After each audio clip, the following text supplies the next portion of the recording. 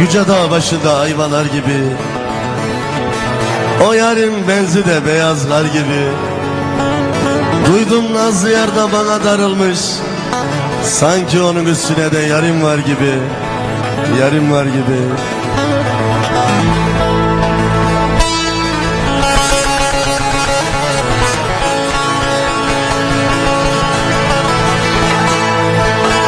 Duman çökmüş de yaylanızın başına, anam anam başına.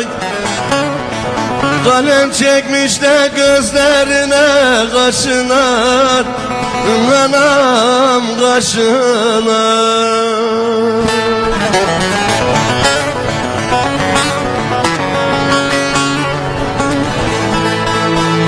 Yar senin üstüne de gül mü koklarım, gül mü koklarım.